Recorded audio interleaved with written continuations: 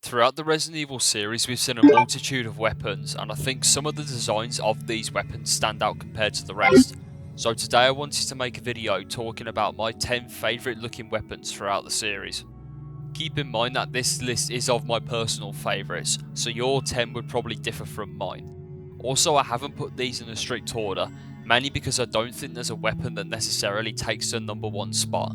A lot of these weapons are good in their own way. With that out of the way, let's dive into the list of my top 10 favourite looking weapons in Resident Evil. Starting off the list, we have the Killer 7 from Resident Evil 4. This Magnum is actually a reference to two other franchises.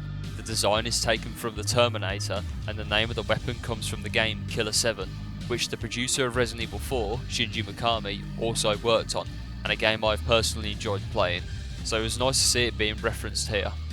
The design is modelled after a Colt's 1911, though I'm going to assume that it's been modified to carry 4.5 Magnum rounds. You can see they did a pretty good job at replicating the 1911 in this game, with only some slight differences. Also, the Killer 7 logo on the slide is a nice feature. Overall, a pretty interesting weapon. Up next is Billy Cohen's handgun from Resident Evil 0. According to the game, this weapon is used by the US Army in the RE universe. I was originally going to compare it to the 1911 again, however there's more noticeable differences on this handgun than the Killer 7, with its two-toned colour, holes in the trigger, and a different shaped grip.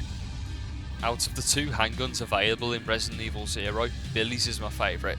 Not to say I don't like the Samurai Edge that Rebecca uses, in fact I'll be talking about a certain version of the Samurai Edge later in the video. Billy's handgun also looks pretty good with the custom parts equipped, though I can't decide if I prefer the look of it with or without the parts on. Moving back to Resident Evil 4, we have the custom TMP. The custom TMP was used by Hunk in RE4's Mercenaries mode. The main reason why I prefer this to the base TMP is because the stock has been changed out for something more fitted. I've never been a fan of the stock that you can get with the original TMP. I personally thought it looked too bulky and out of place. Some other slight differences include the shortened barrel and a laser sight that's now been attached to the side of the weapon instead of underneath. Next up is the Gatling gun from Resident Evil 5. This is going to be a quick one because there isn't much to say about it. It's a fucking Gatling gun. Now normally the more over the top weapons in Resident Evil don't really interest me. It's primarily a horror series, so it makes sense that they only become available after meeting specific requirements. But the Gatling gun gets a pass. It's stupid and I like it.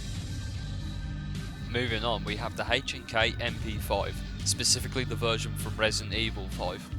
The MP5 is an iconic weapon and it doesn't disappoint here. This MP5 is equipped with a Surefire handguard and the flashlight has been replaced with a laser sight. So whilst editing, I've just realised that the laser sight doesn't actually replace the flashlight, it just goes underneath it, so my bad. It was nice to see that they added the indicator on the side of the weapon that shows whether it's on safe, semi-automatic or automatic. You can also see that it comes with a sight, though you'll never use it obviously, as all the aiming in game is done with a laser sight. The Samurai Edge is the main handgun used by STARS, with many of the STARS members using their own versions of it. Barry's however stands out to me the most. It's the only Samurai Edge that is built off of the Beretta 96 FS, whilst the rest of them are built off of the 92F. This allows Barry to use 40 Smith & Wesson rounds instead of 9mm. It comes with a compensator and an almost complete black finish. This weapon only makes an appearance in Resident Evil Remake and Resident Evil 5. Next up we have the M1897 from Resident Evil Village. This shotgun is modelled off of the real Winchester M97. There's a lot of engravings on this gun and I think it fits in nicely with the Eastern European setting. I've always liked the punchy feel of pump action shotguns in games and I think it's been done very well here. It's a nice take on an older weapon. Speaking of older weapons, we have the Red 9. This handgun is modelled after the Mauser C96, and once again, the design in game is very close to the real thing, minus the laser sight obviously. A wooden stock for the Red 9 is available in game and was something that was also made for the C96. It's a pretty unique design and one that I think makes the Red 9 stand out compared to the other handguns in the game. Another thing I also like about this weapon is the reload. The way Leon isn't able to slide all the rounds into the gun in one go was a nice touch. Coming back to Resident Evil Village, we have the Dragoon. This weapon's pretty interesting. I could be wrong, but I believe this is meant to be some type of AK with a shortened barrel. In regards to the attachments, we have a suppressor, sight, a flashlight and laser sight combo, and a foregrip that I think has a switch on it to control either the flashlight or the laser.